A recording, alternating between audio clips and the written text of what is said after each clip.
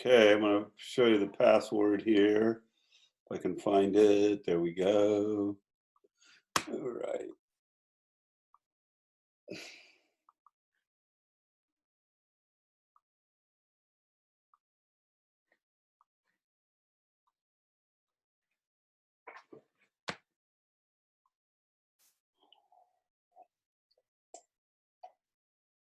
Defense.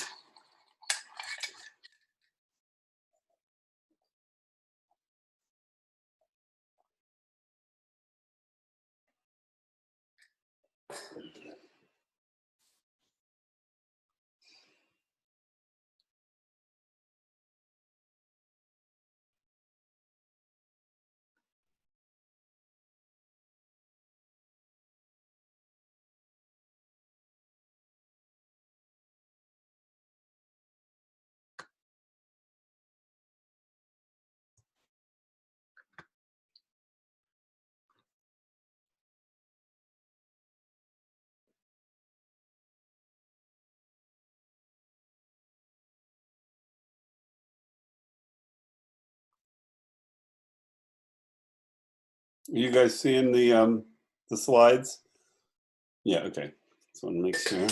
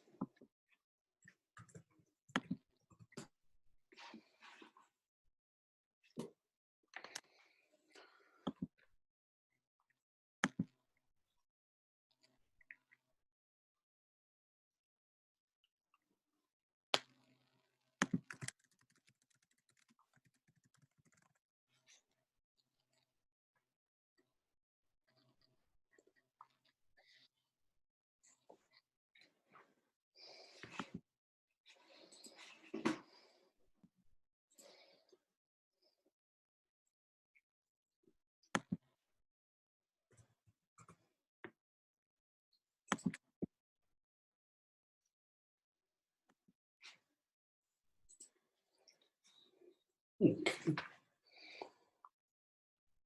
All right. So, how are you guys doing today? Whoops, I don't know what happened there.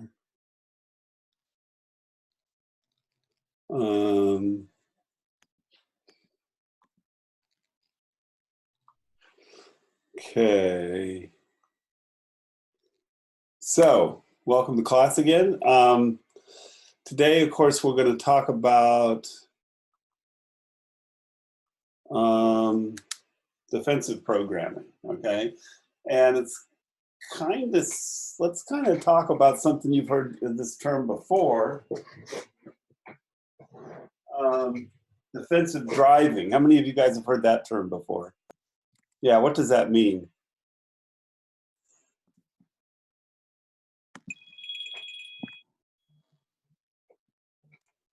My mom always said to like drive like everybody else is out to kill you. Yeah, right. So it's sort of a I don't trust anybody else approach, right? It's saying, look, I don't know what somebody else is going to do. And so if I'm going to successfully drive, I'm going to have to assume that other people are going to make mistakes, and I have to be ready to compensate for the mistakes that they make, right? And this is true in software development, right? It's easy to assume that when you when you're integrating code with other people's code, or even with code that you wrote at a different time, that you understand how that code works and just assume everything's going to be okay, when in fact it's not always going to be okay.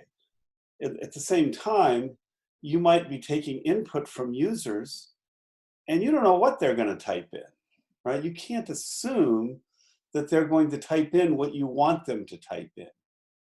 In fact, you can't assume that a file that you open up is necessarily going to have in it what you expect to have in it, right? You can hope that it has the right format. You can hope that it has the right number of fields and a comma-separated values. You can hope all those things, but it's not always going to be true, right? Or if you get information over the internet, how do you know that it's okay, right? And so defensive is saying, look, let's verify, let's check, let's be prepared for things to not be the way we think they're going to be, right? And so that's true with programming, right? What are some things we can do in programming that you guys have learned to be defensive?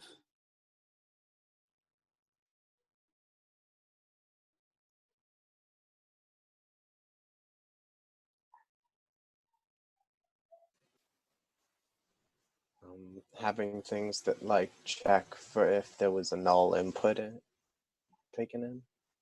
Right. So like, for example, if you're a function and you're expecting some value, what if there's nothing there, right?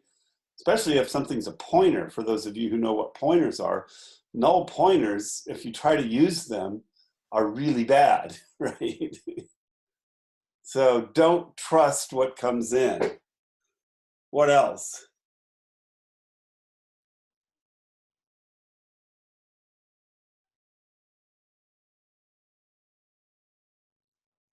Maybe the data isn't written properly.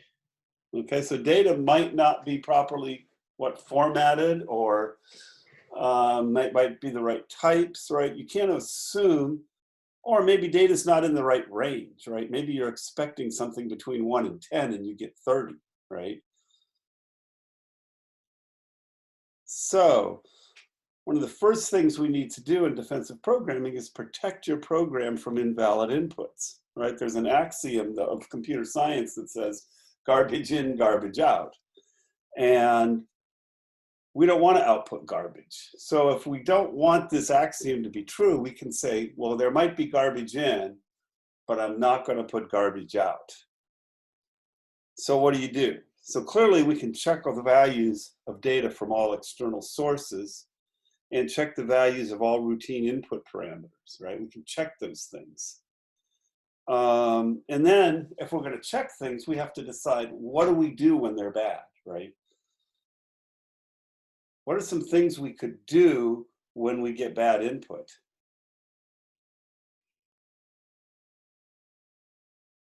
Output neutral numbers or error message. Right, so you can output an error message. Output like a closest,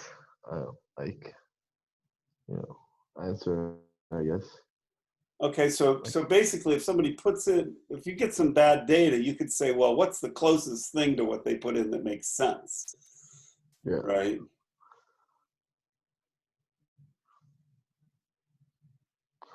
Or even neutral numbers. Yeah, what's a neutral number? I guess like 0. Okay, neutral number basically depends on the domain, right? Yeah. And for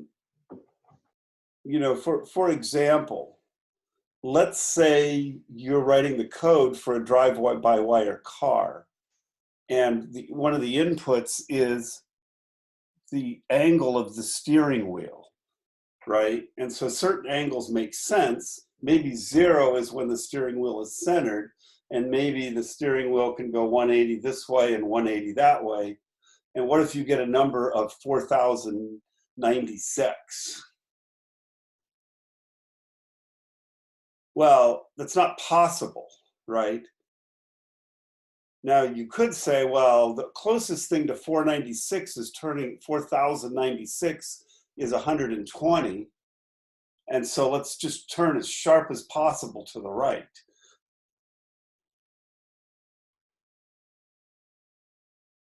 Right? Now, you're in a car moving down the road, and you get this funky value for the steering input that doesn't make any sense. What do? Right? And so, first of all, I'm going to say it depends on a lot of things, and we can't solve this problem here. But the point is, if we're writing robust software, we have to decide what we're going to do, because there's certain things we can't do, right? One of the things we can't do is just crash the program so that you totally lose control of the car, right?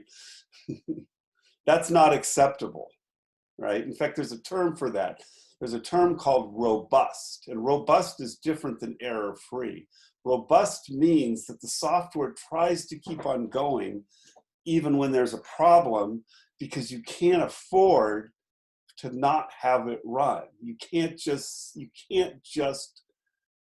give an error message and say, I'm exiting the program, right? You can't do that when you're controlling a car, right? So it's things that might make sense in a car would be to say, well, if it's a weird thing, let's take, like Takashi says, let's take a neutral value and just until we get something other, let's just keep the car going straight, right? Now that may or may not be a good thing, But after some discussion, the decision may be, well, that's probably the least damaging thing in most situations, right?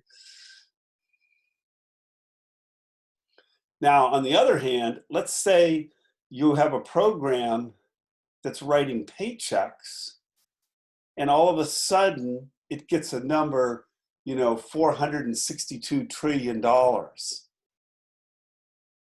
right? Clearly, no paycheck is that high, right? What do you do then? Do you say, well, we'll just make it the highest paycheck we've ever seen? You know, we say, well, the most I've ever seen for a paycheck is 10,000, so let's make it be 10,000. Does that make sense?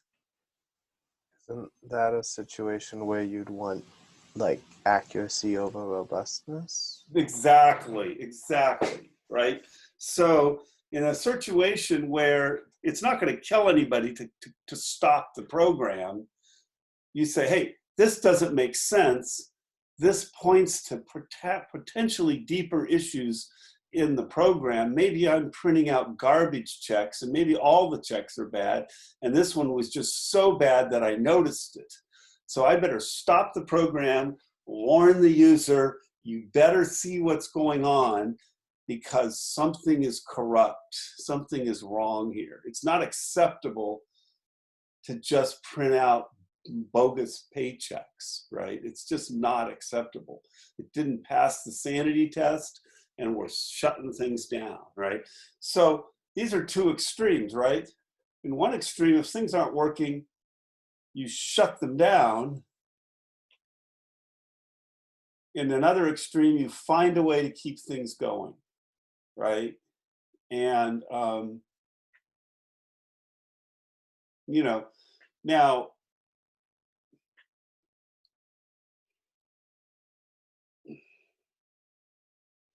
there's a story, interestingly enough, of a situation that I don't have the answer for this, but somebody really screwed up. And I might have told you this story before, but when they shot off the first Ariane 5 launch platform, they were in the European Union has their own launch systems for satellites. And they had the Ariane 4 launch platform, and they upgraded to the Ariane 5, and they used the software from the 4 in the 5, and they shot the first one up with a $5 billion satellite as a payload, and it got about a couple minutes up, somewhere over Paris, it self-destructed. That was a big problem. So they looked at the software, and they found out that there was a routine in the software that they were afraid to take out because they didn't really want to change the software too much. But what this software did was read input from a device, and that device wasn't needed on the Ariane 5, so the routine was getting bad data, and the operation of the ship said, look, if you're getting bad data, self-destruct, because otherwise you might crash it into a populated area and kill people. And so that's what it did, right? You know, there's a lot more to the story than that, but that's the summary. And the point is, it probably did do the right thing, because it turned out that the rocket was turning because of the bad data and was probably going to go literally crashing into some neighborhood in Paris, and it self-destructed. Now, you know, however, you know, the software engineers clearly made a mistake by leaving code in there that didn't do anything, right? And so now one of the things that we can do, and once, before I jump into this, basically, software essentially has two modes of operation almost always. One mode is when you're developing it, and another mode is when you deliver it. Now, it turns out that when you're developing it, you want to know what all the errors are. You don't want to be given a rosy picture where it says, well, it seems to be working, but it's really got some bugs in it, but you're just not noticing them. That oftentimes happens in software. And so one of the things that you do, especially when you're building a software, is you put in assertions. And what assertions are is code that checks things. And usually assertions are very forceful in that if you trigger an assertion, the program terminates. It's usually as a routine or a macro and allows the program to check itself as it runs. When the assertion is true, that means it's okay. But if an assertion fails, it means you have a problem. So assertion usually takes two arguments: a Boolean expression that describes the assumption that's supposed to be true, and a message to display if it isn't. So for example, in C++, if you include CAssert, you can, if you include CAssert, what you can do is, notice here toward the bottom, I say assert, and then I have a Boolean expression. N index is greater than 0 or equal to 0, and N index is less than or equal to 9. What it's doing is it's saying, now there is, by the way, no message here, but it's saying, assert that this must be true. And what's going to happen is if you come into that routine and that assert fails, it's going to crash the program. It's going to stop the program because you failed an assertion. That makes sense? So where to use asserts? Oftentimes you use asserts for input parameters that don't, to check to make sure they fall within a certain range. Now, I used to write device drivers, low-level kernel software for Microsoft Windows, believe it or not, which is a very difficult thing to do. You're down there working literally in the kernel of the operating system, and any mistake you make can be devastating. And it turns out that there's two versions of Windows. There's the regular version that you use, and there's the developer version that I had a copy of. And you can only get those if you're a member of Microsoft's development organization or whatever. Yeah, and there's this thing that you can join to become an official Microsoft developer. And this version of the operating system, they turn on asserts for every routine in the operating system. And the operating system crashes if it ever triggers an assert. If an assert ever triggers to false, it crashes the operating system. Now, one thing that's interesting, the first thing you notice when you run, it's called the checked version of Microsoft Windows. The first thing you notice is when you boot it up, it's horribly slow because it's checking everything. But if you're writing a piece of the kernel and you make some modifications and it messes something up, you want to know about it. And it can be really hard to track errors deep down in an operating system because you can make an error in one place and you don't notice it until a lot later, and where it crashes has nothing to do with where the error was. One of the reasons for this, by the way, is because when you're running in kernel mode inside of an operating system, you have the ability to touch any memory anywhere and do anything you want. It's not like programs that you guys write, where basically when you're running a program in user land, what the operating system does is it creates a sort of a private area for each program, and that program is confined to that area and it can't break out of it, so it can't damage other programs, it can't damage the operating system. It does that through something called memory management. Now, it turns out that in the operating system you can do anything. You have carte blanche to do anything you want, anywhere, anytime. And so an error can be really pernicious if you use a pointer wrongly and you mess up some other area of the operating system. Then when it finally crashes, you have no idea what caused the error. So these assertions are very important because they help you discover as soon as possible when you have a bad piece of data.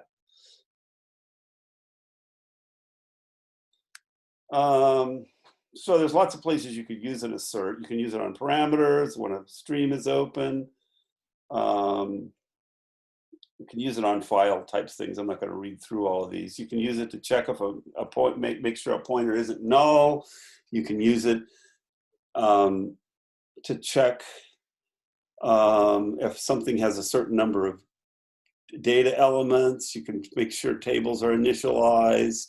You can make sure something is empty or full or somewhere in between.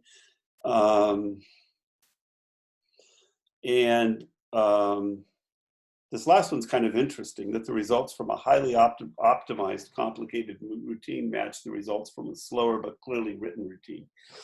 I've actually done this before. When I was writing wireless drivers, one of the things that I had to do is I had to write something first to make it work, and then I had to write it better to make it fast.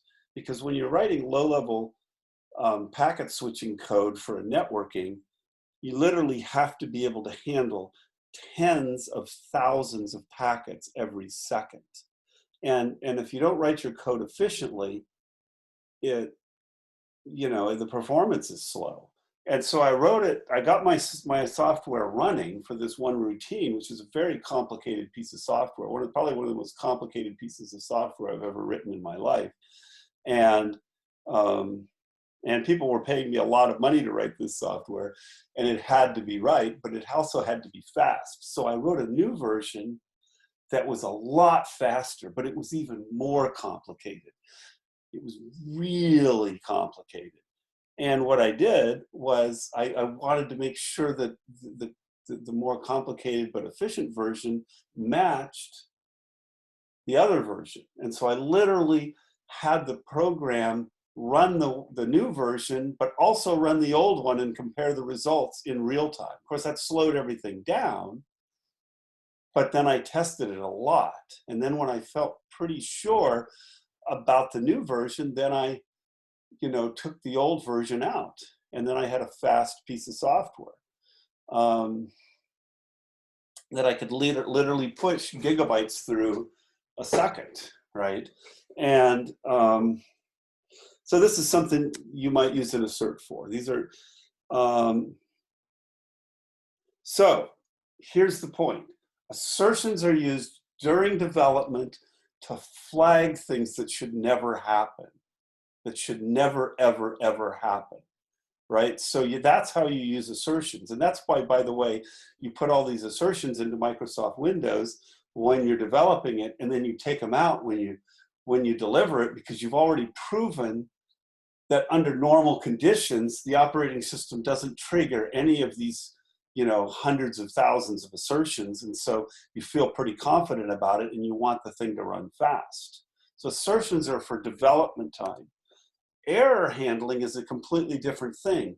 Error handling is dealing with things that that could happen and that you can't control and may happen. Like, for example, when people are typing inputs in, and they're typing in numbers and they were supposed to type in characters, or they're typing in characters and they were supposed to type in numbers, to use a simple example. That's not something you use an assertion for, because you can't say this should never happen. You can say, I wish this would never happen, but it might happen because I can't control the user, right? So for that, you use something called error handling. You have code that deals with it, gives a message, lets the person have another shot at it, perhaps provides a little box that comes up that gives suggestions, right? So oftentimes what we do is we use something called conditional code to turn off assertions with one simple command, and then to turn them back on when we need to do some more testing. So one of the things you want to do is you don't want to put executable code in your assertions, because you have to remember, when I turn them off, it's not going to be executed anymore. And if the assertion does something, it's not going to be done, and that may be a problem. So for example, what you could do is in C++, you can define a symbol. Like when you say define my debug, you're saying this symbol is now in the symbol table. And then later on, you can say fdef my debug, and then you can do the assert. Now the point is that assert is only ever going to happen if my debug is defined. But if you comment out define my debug, then all of the assertions will go away. So for highly robust code, assert and then handle the error anyway. So here we have both. Here we have a function that computes velocity from latitude, longitude, and elevation. We have some preconditions. By the way, this is Java, but it's like C++. We assert that the latitude has to be in this range, the longitude has to be in this range, and the elevation has to be in this range. So we're checking preconditions. So that's what we do to make sure that nothing ever gets in that's wrong. But what if we also want to make the code robust and we know we're going to turn these assertions off in the runtime code? Well, in the delivered code. Well, down below here, whoops, what we do is we sanitize the input. Sanitizing is we kind of fix it up. So we say, hey, if the latitude is out of range, then bring it back into range. If the latitude is out of range, we bring it back into range. So Python has an assert. The way a Python assert works is we have an expression and some arguments, and then it creates an exception if the assert is triggered by being false. So for example, here we have something defined Kelvin to Fahrenheit, and we assert that the temperature has to be greater than 0 because we can't be colder than absolute 0, not in this universe, right? Because the very definition of 0 Kelvin is no temperature, right? It's absolute 0. And so if we, and these three prints, the last one will trigger the assert and it'll say colder than absolute 0. And what we get is when we run this is whoops, sorry. First one, 273 is 32, 505 is 451, and then the third one, we trigger the assert and we get a traceback. Kill the program. So I'm not going to go into a lot of details on this, but again, we already saw that we can do certs in C++, and here's an assert, print number, my init, assert that my init is not equal to null. And here we set A equal to 10 and B and C to nulls. And when we try to print it, it says print number ints, because this is expecting a pointer to an integer. It says assertion my init equal null failed, because when we try to print number B, no, B is okay. A is okay.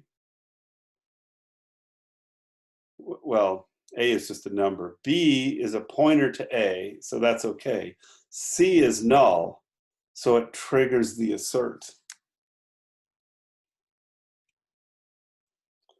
Now, asserts are for things that should never happen, as we mentioned. Error handling is for things that we don't want to happen, but we know probably will happen, right? So how do you fix those errors? One is we return a neutral value. We say, you know, something's off. Again, let's assume the steering wheel is in the center. Substitute the next valid piece of data. Maybe if you're reading things out of a database, you skip to the next thing. If you're reading a thermostat, let's say you're reading a thermostat and it says it's 70 degrees, it's 70 degrees, right? It's like, basically it's going to be happening over and over again. It's 70 degrees, it's 70 degrees. It's absolute 0. You say, no, I don't think so. Let's look at the next one. Oh, the next one says it's back to 70 degrees. Clearly there was a glitch. We lost a little bit of data, right? can go in the other direction. We can say 70, 70, 70, absolute 0. Okay, well, the previous one was 70, so let's go with that. Substitute the closest legal value. That could make sense for velocity, right? So velocity, we say, what's the closest value to this that's still legal? And oftentimes what we can do with error handling is we have a log file and we write errors to a log file, and somebody periodically can look at those log files and say, hey, what's going on? In fact, sometimes software even goes further than that, and it will have built into it where it will email a message to the developer to say there was this error in your code, so they can then look at it and try to see what's going on. In fact, you've probably used code before where, like on an operating system, you've had a program crash and it says, do you want to send this message to the developer, right? Have you ever had that happen? I certainly have.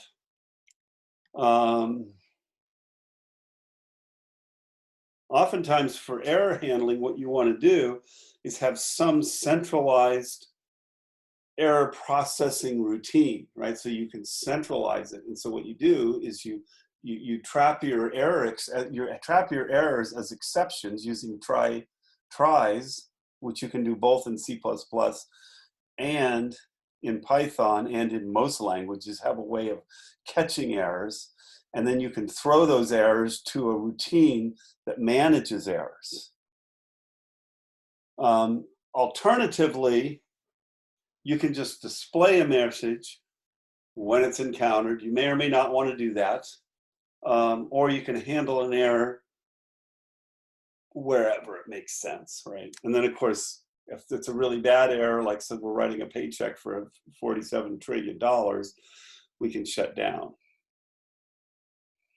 So this is something we read about, right? Robustness versus correctness, right? Correctness never returns an inaccurate result. Returning no result is better than returning an inaccurate result. That's true with financial software. When you're printing paychecks, you'd rather not print a paycheck than print a bogus paycheck, right? You care only about correctness, right?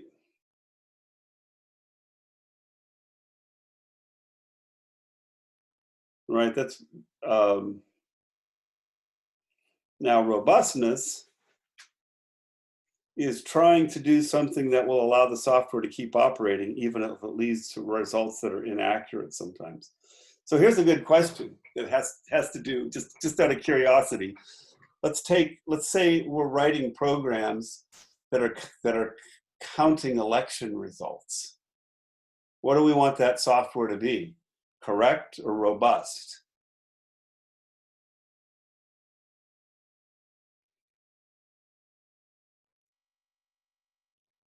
Correct. Okay, explain. So that explained for correctness of polling results. Mm-hmm. So that, the right president gets elected. In our case, we're thinking about the president, right? Yeah. Yeah, we really don't want fudged results, do we? No. Now, the thing that, but on the other hand, let's plays the devil's advocate. What if there's a few bad ballots? Do we want that to just take the whole system down and say, hey, we have 365 ballots that we can't process, therefore we can't make an election. We don't know who the winner is. Well, that's hard, right? Because that 365 might make a difference between like a couple hundred votes. Right. So I mean, so this is a real world application, right? And we can't always make an absolute decision between robustness and correctness, right? In the end, the thing that we want with an election is we want the person that the people, the majority of the people voted for, or, you know, or it's a little more complicated with the electoral system, but that it correctly reflects the voting patterns of the people, right? And so certain amount of error is okay as long as that error isn't greater than the differences in the votes between the two candidates, right? And so here it's a little bit complicated, right? And so now, of course, the election system is more than just a single program. It's a whole system that involves people and lots of systems. And, you know, we don't just stuff ballots into a machine and ping, out comes an answer, fortunately. And that's one of the reasons that's important, is because it's such an important thing. We want to make sure we get the right answer, right? Now, another big thing that this chapter talked about was this notion of barricading, right? And an analogy, let me give an analogy for this. Okay, so if let's say you have there's a company, let's say I own a company, and it's a software company, and we're developing software, and, you know, it's in a highly competitive field. What we're doing is confidential. We're working with confidential data. We're working with software that we don't want other people to get. So obviously we don't want just anybody walking in the front door, right? And so, in fact, and this is true, right? When I go, like when I visited Google before, and when you go to Google, you have to pass the test. You have to go through all sorts of checkpoints to get inside of Google, because they don't want everybody just walking into Google, right? For obvious reasons.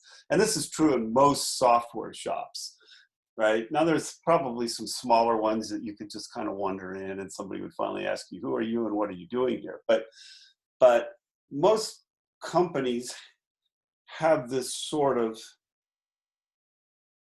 barricade where they say, look, we're not going to let you in until we think we can trust you, until we have enough information about you that we're going to trust you. But even once you're in, we're not going to let you necessarily go anywhere, right? We're going to say, well, you can go here, here, and here, but you can't go there, there, and there, right?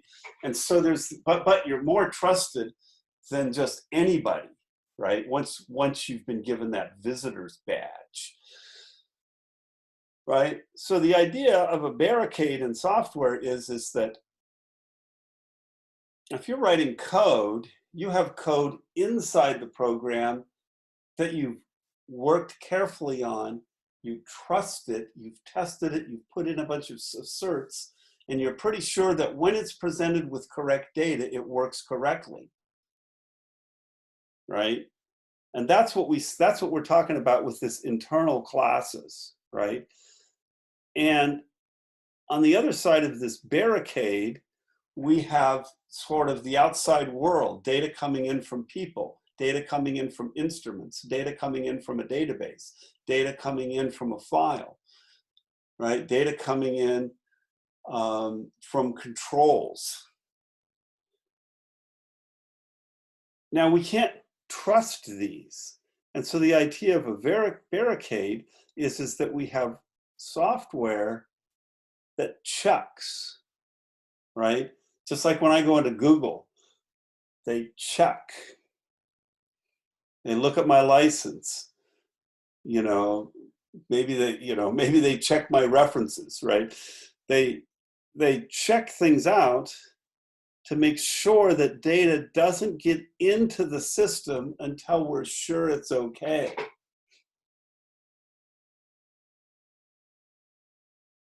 And so this is a way to think about your code, right? You write, and by the way, this makes a lot more sense than trying to make every rune. Imagine if we remove this barrier. Does that mean it's impossible for us to check for errors?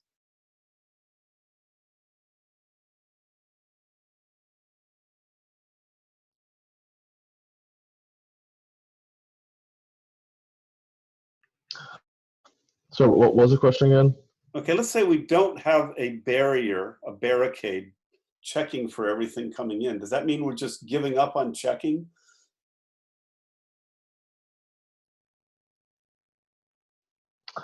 Not really. Okay, so couldn't we could put checks in every one of these routines, right? Couldn't we do that? Yeah. Then we wouldn't have to do this. But there Yeah. could be thousands, even tens of thousands of these routines, right? Yeah. Right. This is the equivalent of in the office. What if at Google, for example, who has tens of thousands of employees, they said, you know, anybody can come in anytime. We'll just have every individual check to see if somebody's legitimate, right? Can you imagine the overhead of that, right? You'd have to train people how to check to see if somebody's valid, right? You'd have to trust everybody, right? And you don't necessarily trust everybody, because some employees you hire not because they're good at checking people's credentials, but they're good at writing code, right? You want to separate those abilities out. This is really about cohesion in a sense, right? Functional cohesion says, put your validation all together and validate it just once. And then once it gets in, you're fairly confident that it's okay, right? Now, this has become a huge issue because, you know, I've been in computer science long enough to know that you know, there was a time when people wrote things like operating systems and browsers and software in general, assuming there weren't bad actors, right? You can't do that anymore. There's bad actors everywhere. You know, all over the world, there's nefarious hackers who are trying to break into everything constantly. One of the reasons I redid the web pages for this class onto a new environment was because the old one was being pounded by, in fact, it continues to be, it's kind of funny. They continue to try to pound they continue to try to pound it. And if we look at the statistics here, we get a lot of visitors there, but these are all mostly legitimate. This is on, now what's funny is if I look at let me see, look, for some reason, the top thing that gets hit is a page that doesn't even exist on there, but it used to exist because somebody went into my sandbox and created it. Hanoi Cities made for your house. And low-cost self-drive luxury cars. Somebody's trying to go to that page even though it doesn't exist, right? They're pounding it. And so it's very important when we build software for security. This is a whole issue. This is a whole discipline. How do you make something secure? Rule number one is you have to have good, solid barricades around everything. Right? You can't put security in every routine, but you have to, on the edge of your system, you need to make everything hard. Okay, and you need to have as few edges as possible. That's another rule. The more edges you have, you know, the more places, the more little windows and doors are the more places that somebody can crawl in. And once they get in, you know, basically what hackers generally do is they find a weakness, and it might be a fairly benign weakness, right? They get in just a little bit, but then from there they can find another weakness, and they get in a little further, and from there they get in a little further, right? And before you know it, they own the system, and they're using it for, you know, they're either stealing your credit card data, or they're using that system to launch attacks on other systems. I don't teach it at Kenyon, but I used to teach a course in computer security, and we would actually learn how to hack operating systems so that we would understand how it works. So, relationship between barricades and assertions. Barricades are used outside the barricade. I mean, routines outside the barricade should use error handling because it isn't safe to make any assumptions about their data, right? Routines inside the barricade should use assertions because you're assuming that the barricade did its job, and if the barricade ever fails to do its job, you want to trigger the assertions.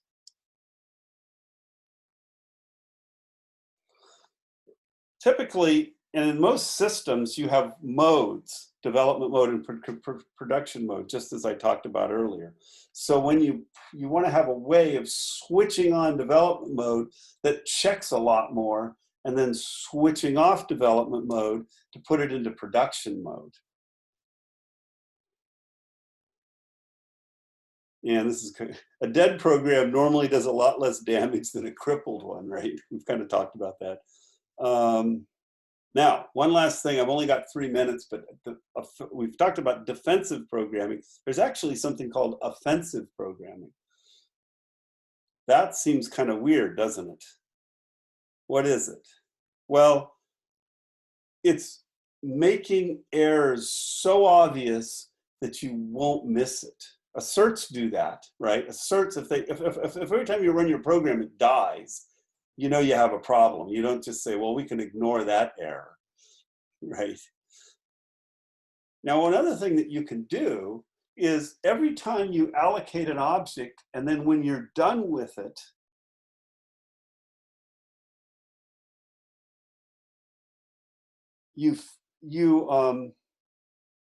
well, one thing you do, this is saying completely fill memory allocated so you can detect memory allocation errors. So the point is, when you get an object, go ahead and write zeros all the way through it. For one, you're getting rid of any old data. For another, if there's a problem with that memory, you're going to find out because you're touching every piece of it. Another thing you can do is completely fill any files or streams allocated to flush any file format errors, right? Flush things, don't leave them as is. Be sure the code in each case statement's default or else case clause fails hard, right? In other words, you want your case statements to catch everything, and then if there's something breaks through, don't just ignore it. You know, hey, this doesn't make sense. Now, another thing you can do is fill an object with junk data just before it's deleted, okay? So we may have run it, some of you C++ programmers may have benefited from this in your previous project. So some of you guys were creating an object in local memory, copying it somewhere, and then leaving, making a shallow copy and then leaving. Now the routine, now the point is when you leave the routine, that object is deleted. But guess what? It's still sitting in memory somewhere. That can lead you to the illusion that everything's okay, right? So let's say you get rid of an object, but you accidentally still have a pointer to it. Well, things might work for a while because that object, when you delete something, you don't actually get rid of it. You just stop using it until something else decides to fill that space, and that could be a while. So one of the things that you can do is whenever you stop using an object is you fill it with all, 8s or something, and then if you try to reuse it by accident, you're going to get all 8s, and you're going to say, oh, I know what that means, right? Instead of falsely believing it was okay. Okay, so we're done. There's actually a lot of other things you can do to be offensive, but you want to make errors obvious. All right, so think about this while you're working on your stuff.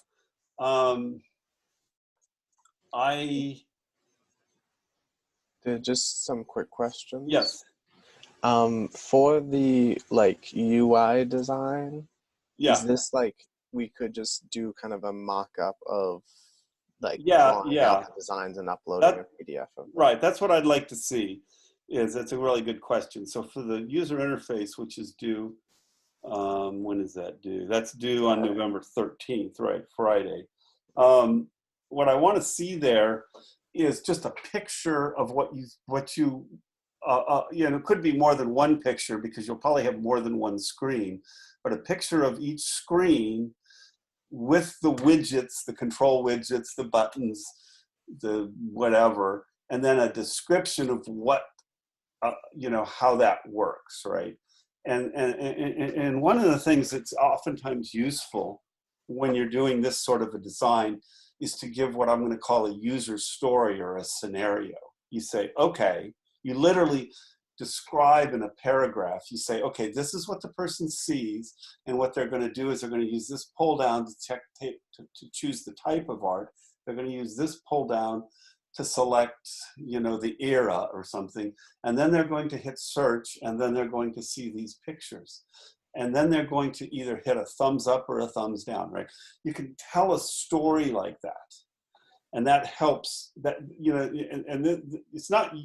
I'm not so interested in this because I want to understand what you're doing. I do want to understand what you're doing, but I want more to know that you've thought through how this program interacts, right? Because it's easy to give vague generalities and just say, well, it's going to allow people to search. Well, what does that mean, right?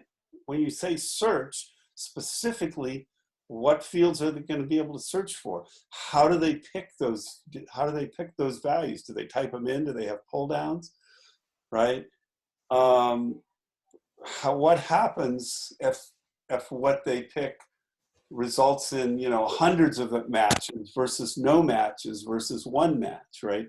So think about those sorts of things. You're not designing the code at this point. You're thinking about how the system interacts with the user, right? And that's and so think about both good interactions and problematic interactions, and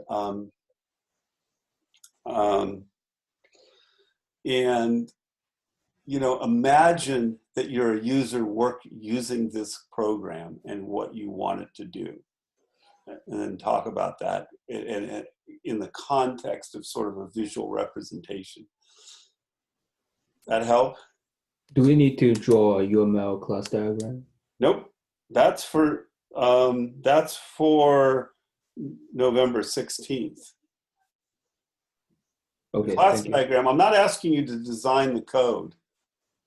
I'm only asking you to talk about how it interacts with the user, right? So see, here's the thing.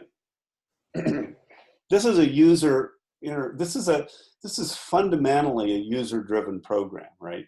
And so when you have a user-driven program, you have to design it from the outside in, typically, right? You have to think about what's it supposed to do, and then how can I make software do what it's supposed to do? And since it's a user-driven system, you have to start by thinking about and describing what a user can do and how they do that. How the user does it. Think about it from the user's perspective. That's what we mean by UI, user interface design, okay?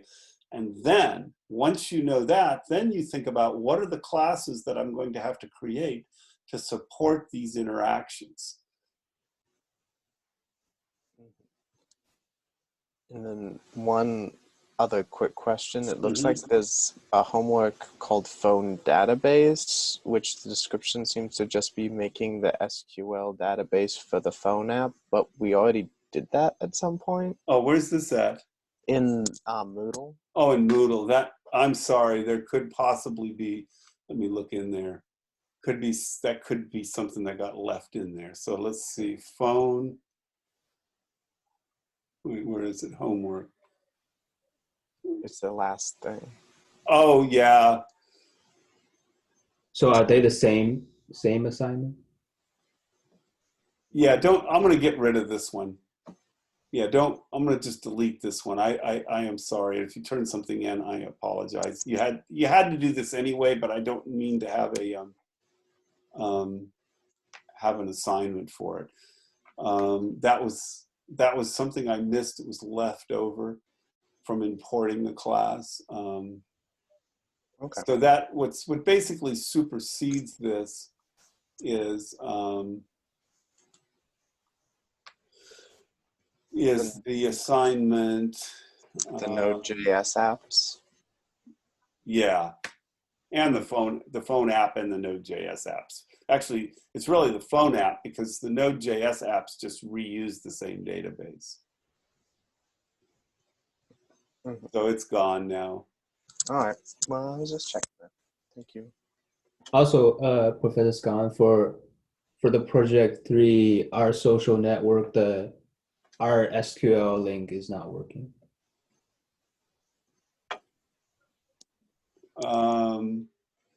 What is it that's not working? So for the project 3, our social network, there's a link to the SQL database, and that link is, so if I click that link, it said page not found. This is something that I gave you or something you created? Yeah, sorry, yeah, you posted in the on the web page. Okay, so which one is this one? Let me share my screen again so I know what we're talking about here. Yeah, which one is it here? So I think it's If you go to November 13th, project 3 UI design, and you click on it. Oh, does that and not then- work? Oh, Yeah. crap. Okay. Right, and then you go down to the art.sql link. That one. yeah. Art.sql in the middle. Well, this is a bad link. Yeah. Okay. So I'm not sure what happened there. That's that. What it should come up is this. No, even in here it's not working. The SQL link. Art.sql link doesn't work. So there's an SQL link in here. Right Yeah, there. it's just in the middle. our social Under our network. yeah. Oh, right. That doesn't work. The links of our. Oh, right. So I will fix those. Okay, I see what you're talking about. I will fix that right now. It'll be done within. It's on there, by the way. Let me see. I think it's on here. Let me go to /. If we go on jimscon.com, if we go to home, and then we go to class, and we go to SQL. No, that's world. Okay, I will put it out there. Problem is we changed servers in the middle of the class and I didn't get that moved over. So I will do that immediately. Thank you. Okay, thank Thank you. you. Have a good Yep, one. yep. Hey, you too. Bye. Professor, I had one small question about the Node.js homework. Can you remind me how I know it says you have to have one of them running in the background. Could you remind me how you do that?